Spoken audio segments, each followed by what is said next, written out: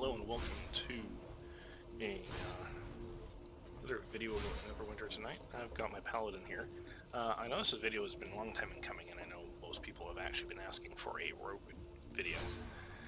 However, since my Paladin is actually my most geared character, next to my Ranger, I'm actually probably going to be focusing on these two as opposed to my Rogue, much to the, I'm sure, disappointment of others. But I will do something for the Rogue soonish. Anyways, so what I'm actually going to do here right now is I just kind of want to do a this is a new protection build in action. Kind of show you what it is that I'm doing with it. You'll notice a few of my powers have changed, so I'm going to actually go through this weekly quest here, and just out of the Cold Run, where I have to basically slaughter a bunch of giants and then fend off a bunch of orcs afterwards.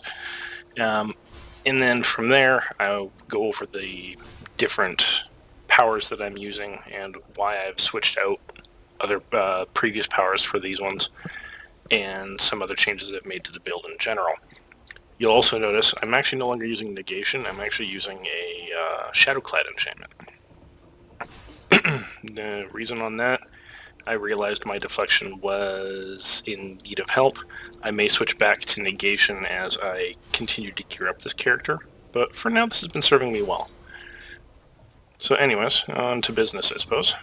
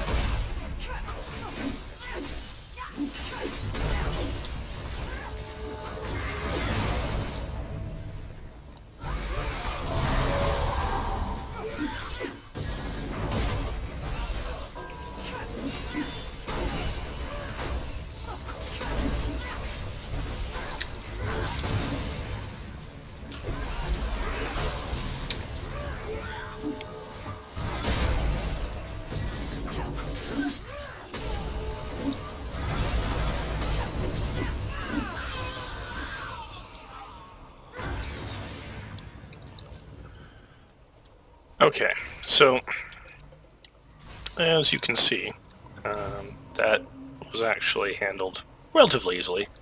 Could probably clean that up a little bit, but that's just kind of my own personal mistakes more than anything. So what I have done with this paladin is, for a brief period in the interim, I actually had a high critical build. Just because I wasn't satisfied with the damage output that I was getting, and obviously I didn't have a ridiculous amount of astral diamonds on my character to be able to afford a really good companion for a damage build. But through that I realized a few very interesting things. First and foremost, the way a paladin is played, defense bonuses will stack up over time. So longer you're in combat, the more potent your character is going to be, largely because of the way power stacks, and then the way power stacks and works off of Templar's Wrath. And also let's couple that in with wonderful abilities like Binding Oath. Now, after all that was said and done, and I finally switched back to a defensive build, I still maintain a high level of offensive capability, but I realized that damage resistance and deflection were quite achingly limited for what I was doing. But I learned that paladins are going to be one of the only classes out there that can really hit 80% damage reduction without too much help. And I'm working on getting myself towards there, but I'm also working on building my deflect. So this is what I've gone and done.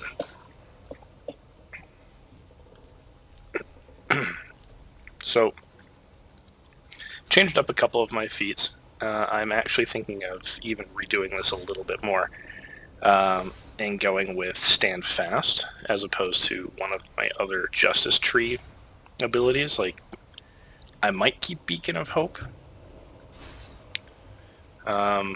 which is actually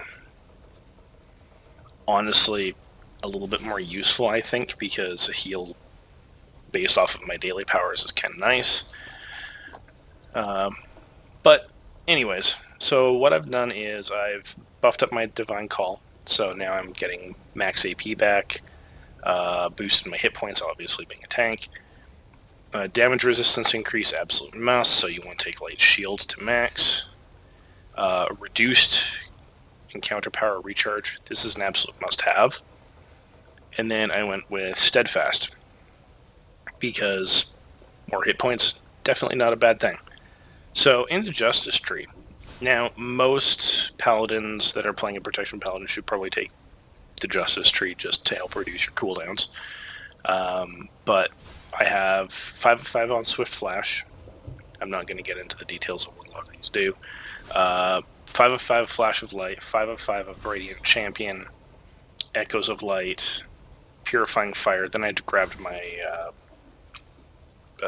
Cornerstone ability here, Vengeful Judge, and then I grabbed also Prism and a Beacon of Hope. But I'm probably going to drop Prism because I'm starting to also build out into Bulwark here. So control resistance, quite handy, being crowd control. It sucks. However, Stand Fast. When not moving, gain 5% extra damage resistance and deflect chance. This is actually a very handy ability. There doesn't appear to be a cooldown on it from everything I've seen and looked into.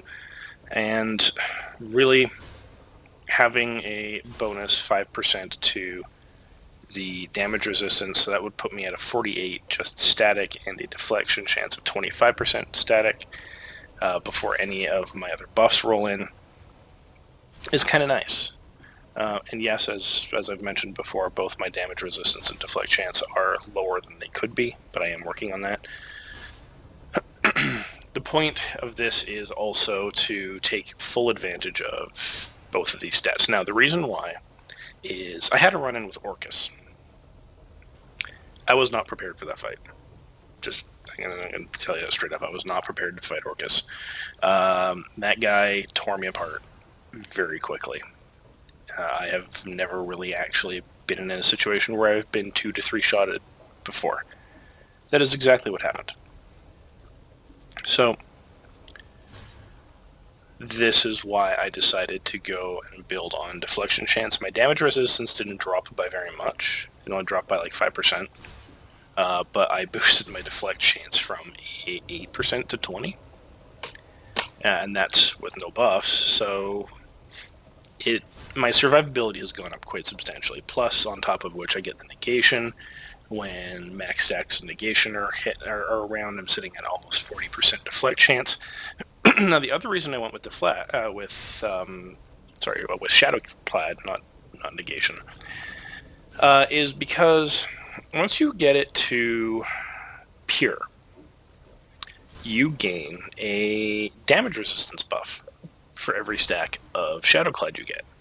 And much like the deflect chance, it does wear off, but if you're taking a lot of hits very quickly, it will constantly build up very quickly. So it actually does work out quite well. Now, once my natural deflection chance is really high, I'm going to switch it out for negation, because at that point, negation is going to be the better one. But right now, Shadowclad's been serving me much better. Now, weapon enhancement. You'll probably all notice by now that I'm running lightning. And if you're running either a pure or transcendent lightning, you'll notice very quickly that your cooldowns get reduced very rapidly. That is exactly why I have this enchantment. It's an okay damage dealer, and it's got a nice area of effect, but really the whole point I have it is for the cooldown reduction. Now, obviously, like I said before, this character isn't anywhere near where I want her to be in terms of gear availability and item level and whatnot. And I am working very, very, unfortunately, slowly towards that. But once I have everything that I need, this character, she's going to be sitting at a very good damage resistance and a very good deflection chance.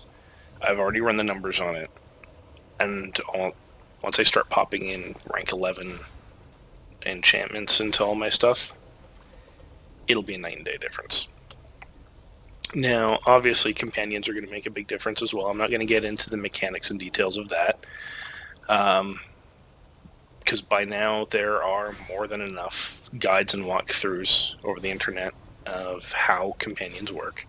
If you do have a question, by all means ask, and I'll talk to you guys about it. That isn't an issue. But go out there and listen to some other people's opinions on them. I have a preference right now to use a DPS companion, even though I'm trying to avoid a high crit chance. The reason being is I want the high power, and the armor penetration is nice, because my native armor penetration is pretty low. But because of the way I have my companions with extra gear and inspect, my my armor penetration actually goes well above cap by quite a bit. So I have to do something about that so I can put those stat points towards something else. But that's another issue for another day. So in the meantime, this is pretty much what I've gone and done. Boons are going to be the other important one here. I haven't done a whole ton with Storm King's Thunder, really. I kind of stopped caring after I got Chill Determination. But most of the stuff I've gone for is going to be plus to hit points, plus to power, plus to defense, plus to deflect. There's a few instances where I have plus to lifesteal, and you'll notice that on my character stats. So I have about 10% lifesteal. It's actually saved my butt a few times, but anything that's not going to be giving me a huge boost to regen out of combat, because regeneration is kind of a useless ability, especially for a class that can heal itself. So that's pretty much the stat I've been avoiding, and I've also been avoiding critical strike. Recovery is useful because you want to be able to have better cooldowns, you want to be able to have better stamina regeneration, and that's pretty much it, long story short, without getting into a whole ton of different things that I've chosen here. Faith Thistle, this is fun. Guaranteed 3,000 damage whenever you deflect something. What was the other one? Now, I took Rampaging Madness because the bonus to power, lifesteal, and regeneration, but on the Dread Ring, I'm actually thinking if I respec, I'm going to go for Endless Consumption. Because you get 3 times your lifesteal, which is pretty awesome. Yeah, then that's pretty much it. I mean, I could go one by one through these, but most of this stuff I've covered in my previous video, and I don't really feel like boring you all with more details on how to spec this, how to spec that. Just know that not too much of the build has changed, just the things that I've shown you. You'll notice I am using Burning Light instead of Circle of Power or Vow of Enmity or Bane. For any tank out there right now who's having difficulty holding aggro, replace your last power. So make sure you never get rid of Templar's Wrath and Binding Oath. Those are going to be your keystone powers. They never leave your hotbar. So your third power is changeable. If you're having aggro problems, use Vow of Enmity. If you're having serious damage issues with your party, switch it out for Bane. Because Bane at 3 stacks is 30% damage reduction to yourself and 30% damage increase to your enemy. Can't really go wrong with that. So that's pretty much going to be it for today, at least on the Paladin. I hope all of you have a good time in game, and I will see you all there. And as I said before, if you have any questions, please feel free to ask.